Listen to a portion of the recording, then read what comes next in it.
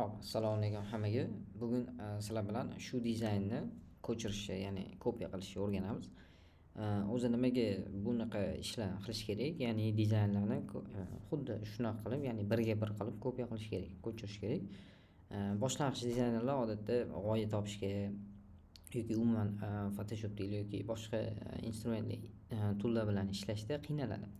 Shu uchun uni o'zini trenirovka qilish uchun, ya'ni qaysi toollar bilan nima ishlar qilsa bo'ladi, qanaqa qilsa bo'ladi, shularni sekin-sekin rivojlantirish uchun, tezroq rivojlantirish uchun shunaqa tayyor dizaynlarni xuddi shunaqa birga bir kopiya qilsa, odatda tezroq qo'lga kelishadi.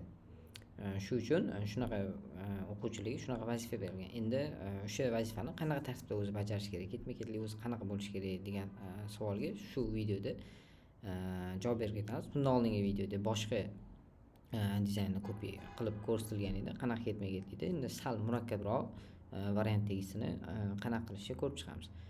Buni biz Photoshopda qilamiz. Oldingi safar aytgandek, o'sha birinchi kopiya qilishni nimadan boshlash kerak? Bu razmeri qanaqa bo'lishidan. Ya'ni bizada shu rasm bor. Biza buni razmerini masalan hozir Photoshopda bu 1080 ga 1920 resolutionini 300 qilamiz. Keyin kopiya qilayotganda biz kopiya qilayotgan dizaynimizni har doim ko'rib turishimiz uchun artboard ochib, uni o'sha joyga qo'yib qo'yamiz yonida. Shu dizaynni bu yoqqa qo'yamiz biz o'zimiz uchun boshqa oyna ochamiz. Endi bizada nima qilish kerak?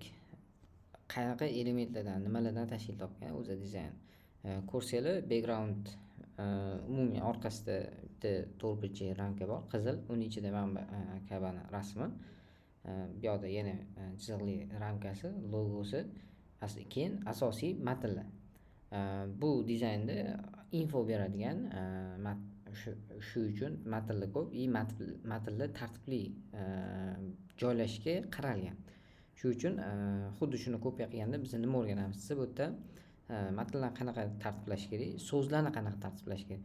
Birinchi darajali so'zlar, ikkinchi darajali so'zlar, muhim bo'lgan ma'lumotlar. Bu yerda muhim narsalar, masalan, Andijonda reys uchishi yoki o'sha sanalar, qaysi sanalarda joy borligini bu chegirmaligini bildirish uchun shunaqa ikonka, ya'ni olov elementlaridan foydalangan. Biz endi shuni copy paste qilamiz. Birinchi ishni nimadan boshlaymiz desa, mana bizada mana qizil ramka bor. Biz shuni chizib olishdan boshlaymiz. Bu uchun shu joyni o'zida chizib olaman. Buni o'rtaga qilaman, tekislayman. Bunda bizada burchagida avvalni, ya'ni dumaloq qilingan. Hop, sal bizada katta bo'lib qoldi. Kichaytiramiz. Birga bir chiqish uchun harakat qilamiz.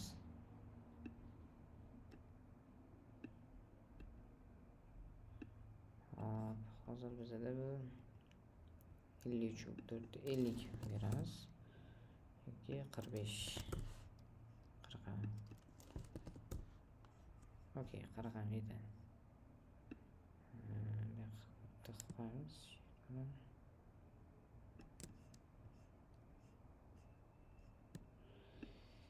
Pastga xuddi birga bir bo'lish uchun Ctrl belgilab o'rtaga tekislab qo'yaman. Endi buni biz o'zimizning artboardimizga ko'chirib o'tkazamiz. Bunga rang beraman. Strokini o'chirib qo'yaman. Rangini hozircha qizil qilib turaman. Gradient qilib. Endi hop, bizda mana bu element bor. Logosi tushgan. Buni o'zimiz taxminiy chizaveramiz. Bunga bitta to'rtburchak chizaman. Strokini o'chiraman. Rangini oq qilaman. Oq. Endi bu hamma burchaklari qaygan. Buni bunaqa qilish uchun sal bu yoqqa tortib olaman. Endi burchak beraman bunga. 200 beraman. O'zi maksimum shu eng kattaroq son bersa, maksimum qancha avval bo'lsa shu bo'ladi.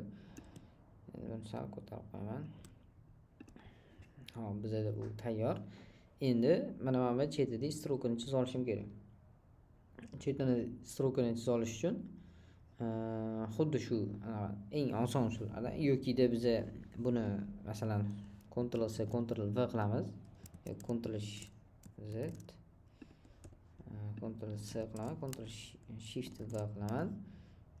Hop, bo'lmas. Men bular Ctrl C Ctrl Shift V o'zini ustiga tushdi. Endi men buni katta qilaman. Altni bosib tursam, markazdan to'rtta chetga bir xil kattalashadi. Buni endi men faqat bu fill qismini o'chirib, stroke qismini yoqib qo'yaman. Stroke qismiga endi liniyali emas, mana bunaqa chizuv-chizuvli beraman.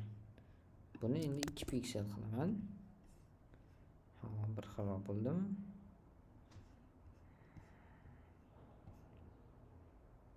Demak, bir xilroq bo'ldi.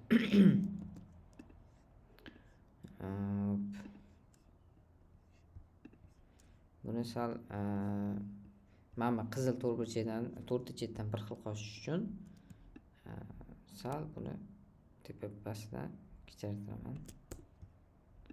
Okay. Menda mana bu yerda oq shape'im ustida turgani uchun bu yoq ko'rinmayapti. Endi shu narsani bunga ham qilishim kerak. Buni ham Ctrl C qilaman, Ctrl Shift V qilaman. Endi buni kichraytiraman.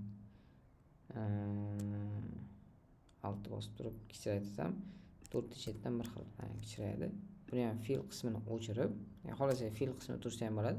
Stroke qismini yoqib, bunga ham liniyali emas, chiziq-chiziq berib qo'yaman, 2 piksel. Ko'rsanglar, bunda ham xuddi shunaqa qilgan. Endi men buni faqat tepa qismini o'chirib olishim kerak. Buning uchun nima qilaman? Buni tanlab turib, bunga maska berib turib, brushni olaman. B ni klaviaturadan B ni bosaman yoki mana bu brushni olaman. Brush rangi qorada bo'lishi kerak o'chirishim uchun. Shunaqa qilib o'chirib qo'yaman.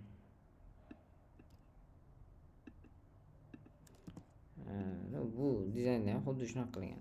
Buni boshqacha usulini nima desa, shape'larni qo'shib yuborsak, bir xil shape'da anaqa stroke bo'lib yurib ketadi. Hozircha shu bo'ladi. Endi keyingi ish mana shuni anaqa qilish uchun men bu rasmni topib olishim kerak.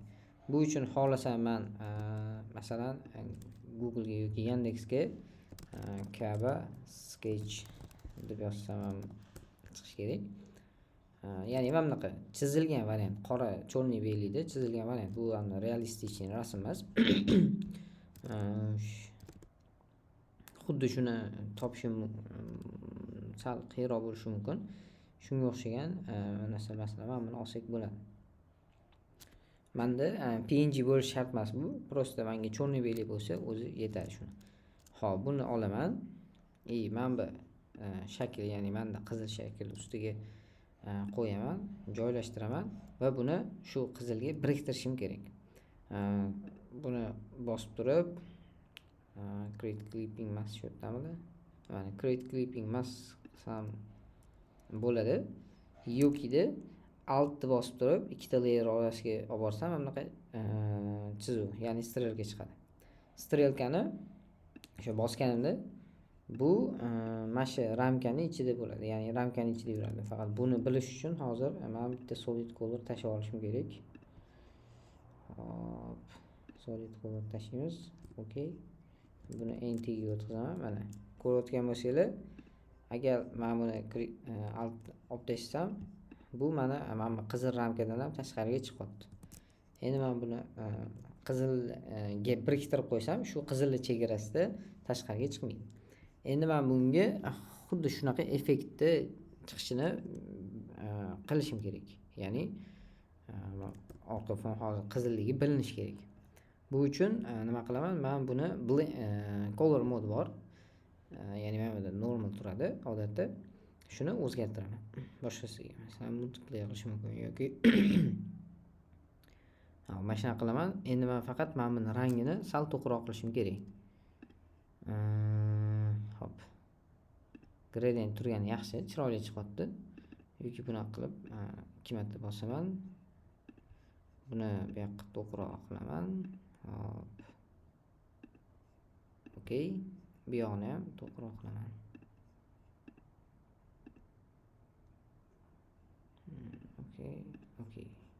Okey.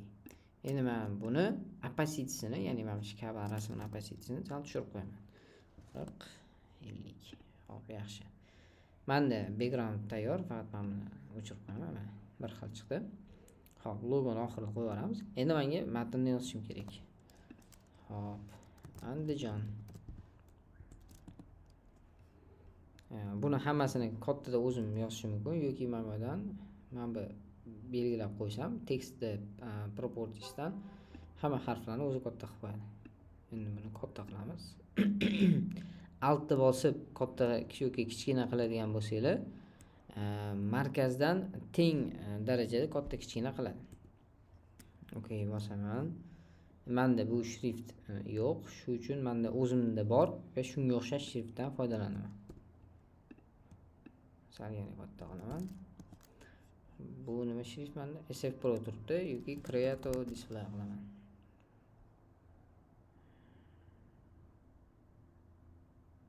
Okey. Endi men buni o'zimni Ctrl A ni bosib o'rtaga tekstlayman. Buni o'zimni artboardimga o'tkazaman tepaga. Hop. Men bularni birlashtirib qo'ysak bo'ladi. Ctrl G qilib, BG qilib, ya'ni background degan ma'noda. Andijonni qora emas, oq qilamiz. Hop. Bu joylashdi. Mana bu sal tepalari ochroq qizilgan. Bunday qilamizda. Pipetga olib buni belgilaymiz. Bu yog'ini ham shu pipetga olib belgilaymiz. Okey.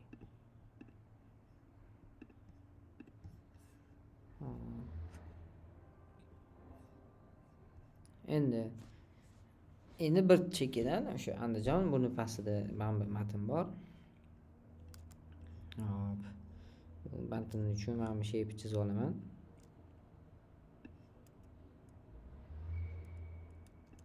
Shape'ga radius beraman 10.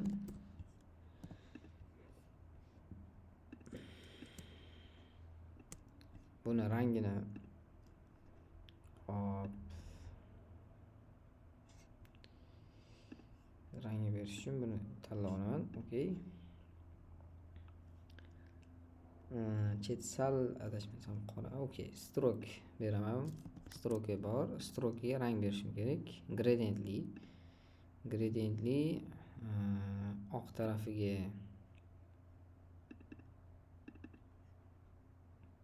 buni beraman. Hop. Yo'q. Buni. Okey. Pastki tarafiga menimcha mana bu bilan birlashib ketgan.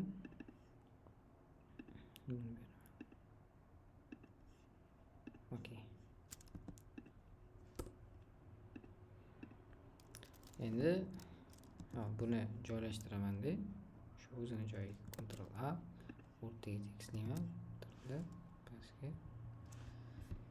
Buni o'zim artboardimga o'tkazaman.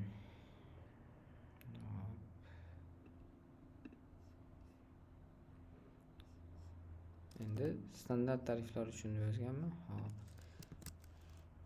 Standart tariflar uchun. Yana bitta narsa bor. Ya'ni life hack sizlar uchun. Hozir. Buni hamma harflarni kichkina qilamiz. Extra bold emas. Italic, medium italic qilaman. Razmeri 10. Rangi qora emas, qoraroq. Okey. Endi bu tekst bilan shape belgilayman. O'rtaga tekst qo'yaman. Yana bitta sizlarga life hack nima? Mana shu rasmdagi bor matnni sizlar bittalab yozib o'tirishingizlar kelmasa, oddiy yechim bor. ChatGPT ga kirasizlar. Buni masalan sizlar kopiya qilgan bo'lsangiz, kopiyada yoki shunday qilib screenshot olib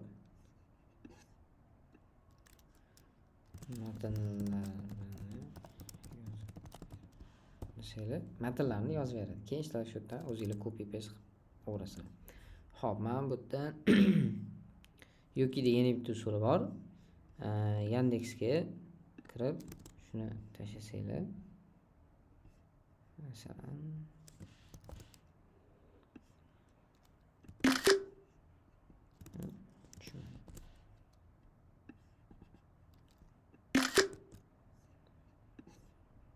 Yandexga tashlasanglar.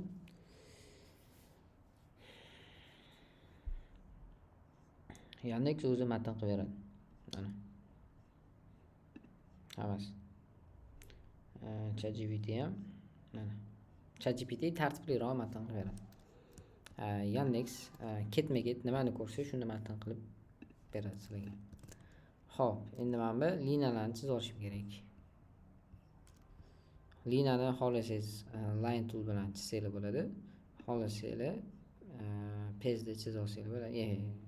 Pen toolda. Line toolni ishlatayotganda bitta nuqtani bosib turib, ikkinchi nuqtaga olib borasizlar. Bosib turib mishkani. Shiftni bossanglar 90-45 gradus bo'yicha tekis qilib chizadi. Men shiftni bosib mana chizdim. Buni rangini bunisini o'chiraman, bunisini oq qilaman. Xuddi shunaqa buni alt bilan Ctrl C, Ctrl Shift bilan qilaman. Buni bu yoqqa tortaman va ikkalasini belgilab turib Ctrl E qo'rsam ikkalasi bitta bo'lib ketadi. Endi Ctrl A ni belgilab o'rtaga tekislab qo'yaman. Ctrl A ni belgilaganingizda ko'rsanglar mana Option artboardda select qilyapti. Shu artboard bo'yicha eng o'rtaga tekislaydi. Xo'p, endi 2 kunlik maxsus chegirma. Men endi shuni copy paste qilishim shart emas. Shunda ya'ni yozib chiqishim shart emas, sen copy paste qilsam bo'ladi. 2 kunlik maxsus chegirma buni hammasi kattada o'rtada tekislanadi. Chegirma pastda bo'ladi. Endi kichraytirishim kerak.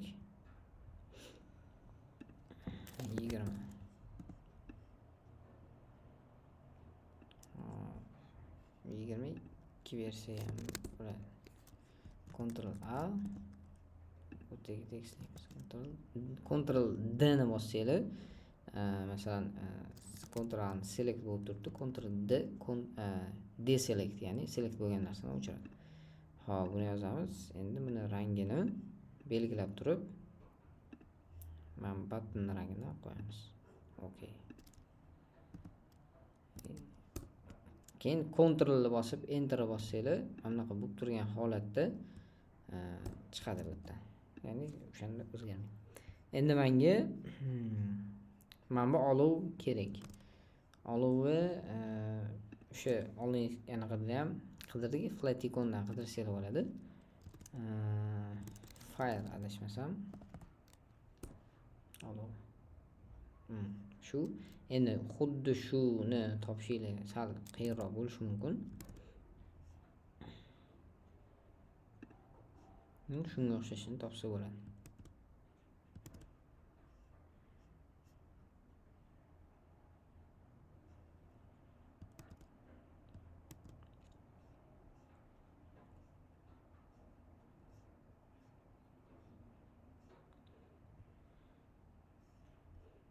Bu ham yaxshi ekan. Faqat mana bu o'rtasi yo'qdan topsak. Shuni o'rtasi yo'q. Copy pinji qilaman. State qilaman. Ishda. Buni kichraytirib turib, rasmini bir xil qilaman. Bu yerda sizdagi bunday matnda harflari semiz bo'lganda hisobiga olovi ham semizidan tanlangan. Hozir siz agar ingichka olib qo'yadigan bo'lsangiz, uncha yemasligi mumkin. Shuning uchun buni sal semizroq qilib qo'shsam bo'ladi. Endi bunga rang beramiz. Color blending optionsga kirib color overlay rangi menimcha gradient bo'lmasa kerak. okey. Keyin stroke berishim kerak. Stroke bor. Strokega gradient berishim kerak. Gradient berish uchun mana bu yerda color turibdi. Buni gradientga o'tkazaman. Xo'p, oq tomoniga mana beramiz. Sariroq. Shunaqaroq. Pastki qismi shundan bo'lib ketadi. Okey. Stroke 2 beraman. Faqat men sizlar ish qilayotganinglarda mana anaqani start qilgandan keyin buni smart obyektga o'tkazib qo'ysanglar, mana smart obyektga o'tkazsanglar, kichkinalashtirib, keyin kattalashtirganinglarda xira bo'lib qolmaydi, o'zini sifatini saqlaydi. Lekin men hozir mana buni smart obyekt qilmadim. Endi men buni kattalashtirsam, ko'rsanglar, mana piksel bo'lib sifati tushib ketgan. Endi men buni hozir buni naqasiga olib kelaman, razmer bilan to'g'rilayman. Sal semizroq qilaman. Endi men bunga yana shu color overlay, keyin stroke berishim kerak. Bunaqa qilmayman-da, men bundagi effektni kopiya olaman. Uning uchun copy layer style, ya'ni mishkan o'ng tarafini bossanglar copy layer style chiqadi. Buni tanlab turib style Ctrl V qilsam ham tushmadi. Ctrl Shift V midi. Tanlab turib paste layer style bor. Xuddi bir xil qildi. Endi men buni o'zimni artboardimga olib o'taman.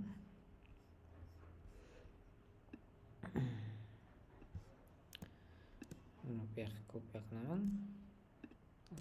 Ikkalasini tanlab turib Ctrl G qilib Ctrl A berib o'rtaga tekislayman. Okey. Endi bularni chizib yozib chiqishim kerak. Bu uchun men shu tuzda to'rtburchak chizaman. Ko'rayotgan bo'lsanglar, mana oq to'rtburchakda uni ustida joy bori bilan knopkaga o'xshab qilingan. Demak, men birinchi tegidek anaqadan boshlashim kerak. Bu uchun men oq chizaman. Yana taxminiy o'zingizlar chizib olsanglar bo'ladi. Joyga qarab, birga bir chiqsin desanglar, buni o'zimni artboardimga o'tkazaman.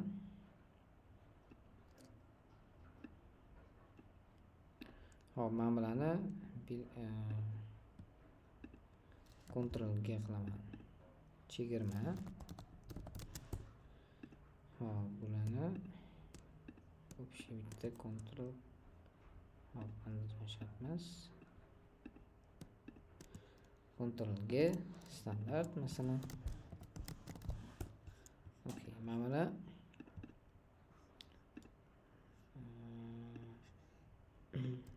ana bosib turib rangini oq qilamiz. Stroke'ni o'chiramiz.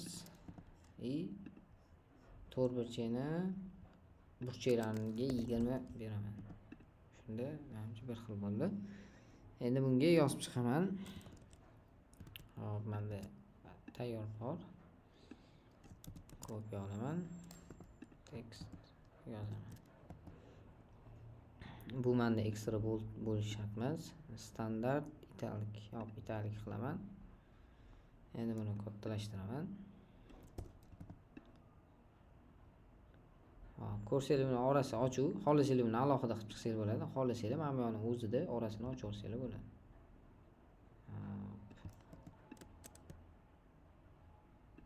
Sal qisqartiramiz, 27 emas, 20 qilamiz. 24. Buni 12. 22. Okey. Bu bilan, ya'ni ikkita to'rtburchak joy bor, общий bir xil bo'lgani uchun birinchisini yasab olaman men. Keyin xuddi o'shani bu yoqqa kopiya qilib faqat tekstini o'zgartirib qo'yaman. Endi mana bu joy bor degan anaqani yasashim kerak. Knopkali versiyani. Xo'p, bu uchun yana bitta to'rtburchak ochaman. Burchagiga shu masalan 100 berib olsam, o'zi maksimal qancha bo'lsa shuni qiladi. Endi buni strokini bor ekan, stroka oq. 1 emas, 2 beramiz. Fill qismi gradiyentli. Faqat ikkitali gradiyent. Masalan, basic talab bundoq qilaman va gradiyentni belgilayman. Men to'q joyini olaman. Buni belgilayman. Okey, oq joyini olaman, ya'ni tepa qismini. Buni belgilayman. Keyin buni 60 gradus turibdi, men 90 gradus qilaman. Chunki tepadan pastga tushgan bu. Endi men bu ikonka kerak. Bu ikonka xohlasanglar shuni screenshot qilib ChatGPTdan so'rasanglar bo'ladi. Umuman nimaligini bilmasanglar. Yokida hop. Bu dan bo'ladi. Ptichka, ya'ni tik yoki dan shunga o'xshash. Xuddi shundan topa olarmikimiz? Xuddi shundan topish o'ta darajada muhim emas. Mana buni olamiz. Menga shu ko'proq yoqadi. Buni yana esdan chiqdi. Convert smart object qilamiz. Kichraytiramiz. Fill qismini, ya'ni color overlay berib oq qilamiz. Ya'ni mana yashil bo'lishi shart emas. Xohlasanglar yashil qilaman desanglar, men orqa ichini yashil qilsanglar bo'ladi. Ptichkani uchun bitta dumaloq olasizlar. Buni strokini o'chirib yokida dumaloq ham shart emas. Shuni ustiga bitta layer qilasizlar, brush olib turib, yashilni olib, bitta brush berasizlar. Buni tagiga o'tkazasizlar. Xo'sh. Bitta layer ochamiz. Ctrl bosib turib, mana ptichkani belgilasak, Ctrl select bo'ladi. Xo'p, mana ptichka. Ctrl bosishimiz, block qilamiz. Keyin buni Ctrl G qo'yamiz. Xullas, avvalasi bo'ladi.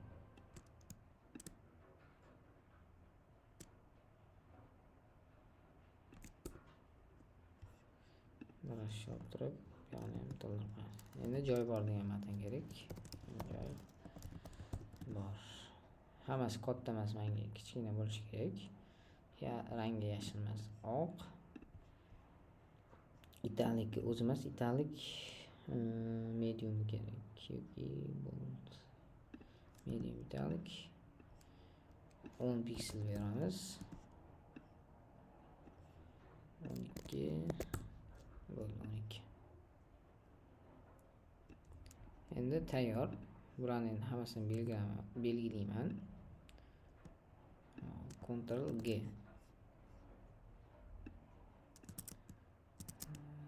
Belgilab turib, Ctrl bilan suraman joyiga. Buni o'zim layerimga, ya'ni o'zim artboardimga o'tkazaman. Xo'p, bu tayyor. Buni yana sal katta qilsam bo'lar ekan. 15. Buni 23.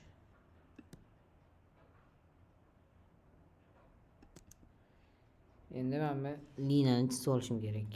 Liniyani o'sha mana 24 qo'ydik. Tepaga suramiz. Liniya. Hop. Liniyani chizaman. Faqat bu boshqa joyga chizib qoldi. Mana bu yerga o'chiraman-da. Buni tanlab turib, keyin endi liniyani chizaman. Shunda shuni ustiga chiziladi. Buni hop, fill qismini o'chiraman, stroke qismiga qizil beraman. Menimcha 1 yetadi. Yetar ekan.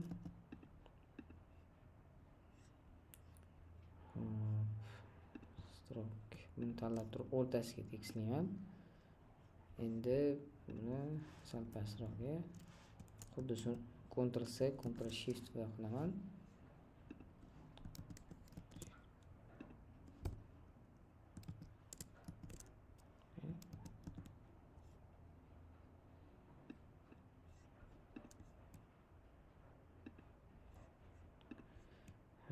Kichkina bo'lgan hisobga. Okay. Endi men buni belgilayman. Hop, mana gruppa joy bor. Va bu Ctrl G qilaman. Sana. Xuddi shuni endi Ctrl bosib, Alt bosib, Shift bossam text kopya oladi, ya'ni hop, buni men shotga to'g'rilaymiz. Endi men bu tekstni olishim kerak. Ya'ni ikkinchi sanadan Ctrl C, Ctrl V qilamiz. Okay. Bular tayyor. Endi raqam qoldi.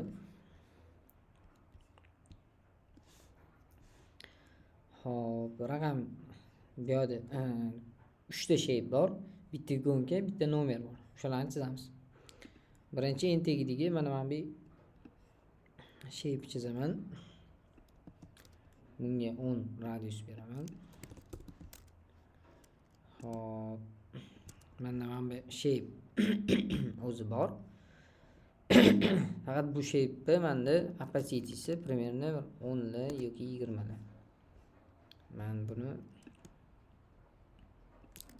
qo'yib, xuddi shuni o'zim artboardimga o'tkazaman. Ctrl A ni belgilab turib, o'rtaga tekstlayman. Endi qolganini o'zim chizarsam bo'ladi. Hop, menda mana bu bor. Buni alt bilan olib kelaman. Ctrl Shift to'rtburchak g'ovsi yopadigan qismini bosib, eng ustiga o'tkazib olaman va buni kattalashtiraman. Ctrl D. Hop.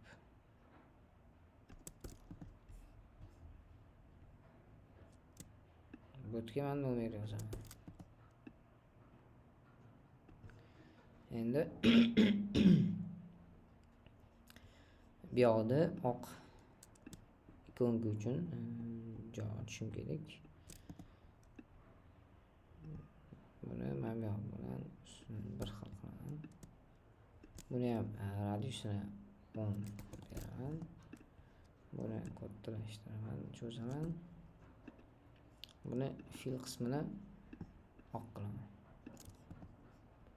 Strokening ikkalasinikini 2 beraman.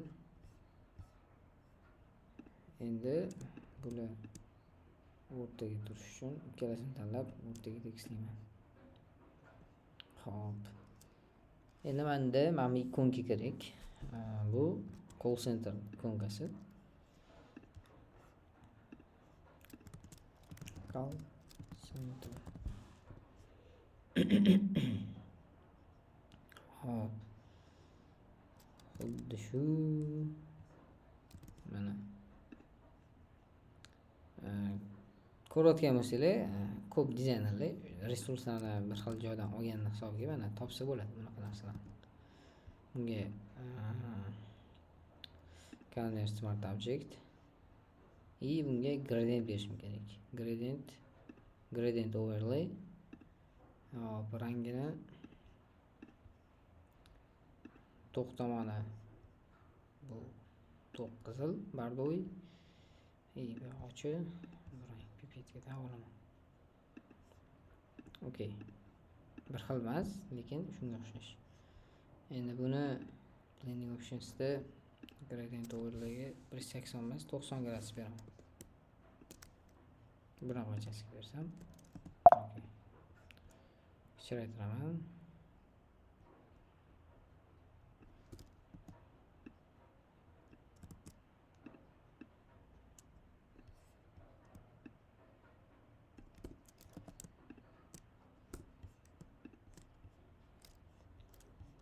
o'rtaga tekislayman.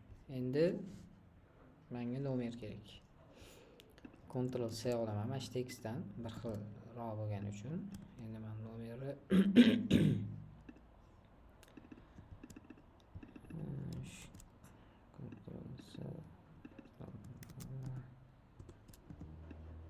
sal kattaroq qilsam bo'ladi.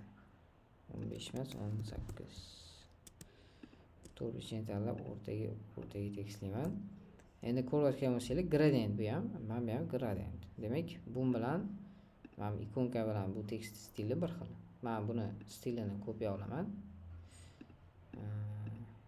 Effektni bosib, effektni tanlab turib copy layer style и tekstga ставить.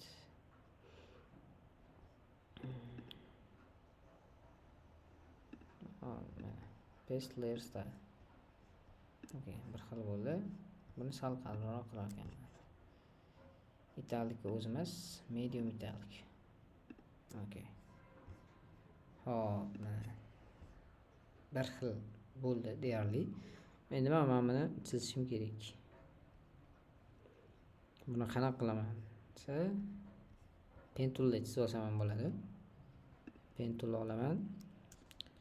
Agar sizlarda pen tool bosganingizda mana shunaqa, ya'ni anaqa kursor sal boshqacha bo'lsa, caps lock bosilib qolgan bo'lishi mumkin. Bosib qo'ysalar, boshqacha bo'lib qoladi. Brushda ham xuddi shunaqa. Brush olganingizda agar hozir masalan brush olamiz. Sizda mana bunaqa обычный o'zi mana shunaqa ko'rinadi, dumaloq. Agar sizda caps lock yoqib tursa, mana bunaqa bo'lib qoladi. Ya'ni qandoq anaqaligi dumaloq ko'rinmaydi. Shuning uchun caps lock o'chirib qo'ysangiz bo'ladi. Xo'p, pen tool olaman. Buni chizaman. Bu uchidan bu yog'iga и shift bosib turib, bu yoqqa qilsam bir xil 90 gradus bo'ladi. Buni endi strokini oq beraman, fill qismini o'chirib qo'yaman.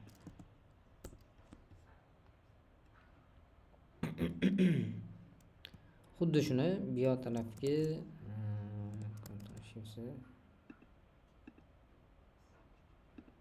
Ctrl C, Ctrl Shift V, Ctrl B buraman. Hop, aylantirishim kerak.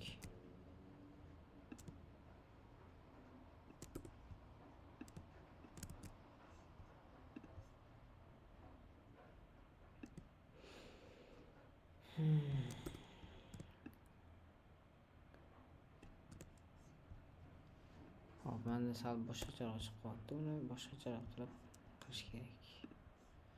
Ctrl C, Ctrl Shift V.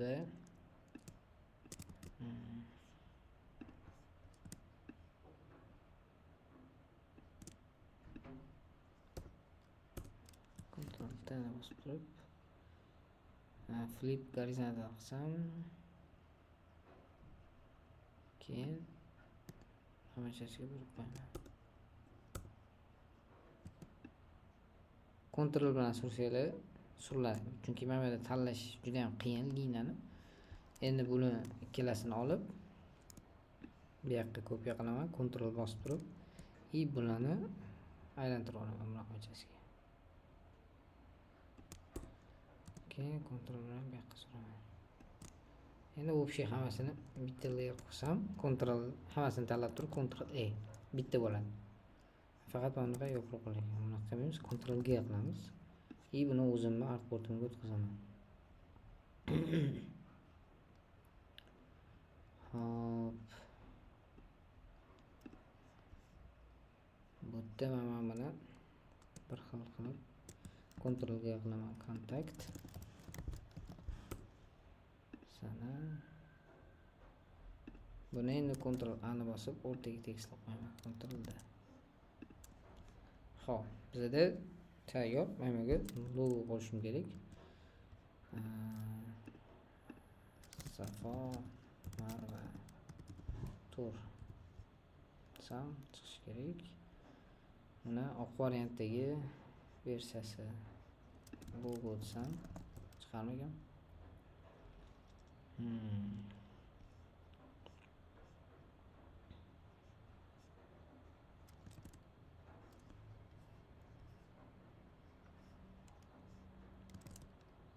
nima qilamiz desa endi mana shunday sifatliroq varianti bo'lsa agar bu sifatli emas, bu ham sifatli emas.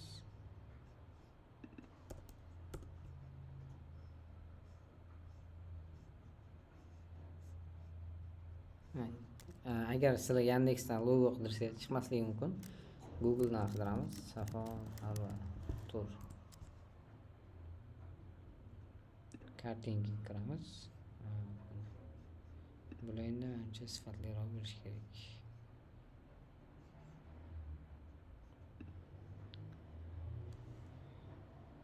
Sifatli copy image qilamiz.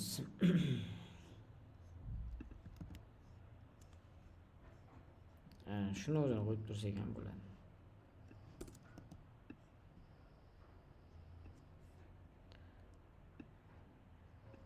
Faqat kichraytirishdan oldin smart object qolish kerak edi. Bizda agar PNG'si bo'lganda buni shu yerga qo'yadi. Mana bu yerda faqat mana Andijon ikonkasi qolib ketibdi. Ikonkani o'sha Flaticondan location deb qo'ysak.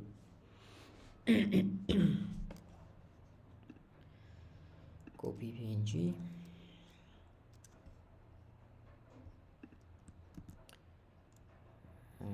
Smart object qilaman.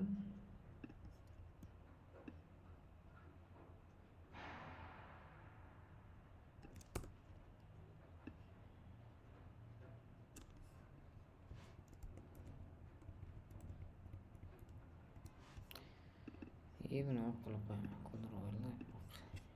Bo'ldi, tayyor. Ya'ni shunaqa tartibda dizaynlarni kopiya qilsanglar, sizlarning tezligingiz oshadi. Qanaqa instrumentlardan qanaqa foydalanish kerakligini tezroq o'rganasizlar. Xulosa qilib aytganda, qo'lingizga kelishadi shunga. Resurslar topish, boshqa narsa, hamma narsani shu anaqa ketma-ketlikda shu sababli o'rganib olsanglar bo'ladi. Darsimiz tamom. Agar qanaqa savollar bo'lsa, izohlarga yozinglar. Fikringlarni ham izohlarga yozib ketsanglar bo'ladi. Rahmat hammaga.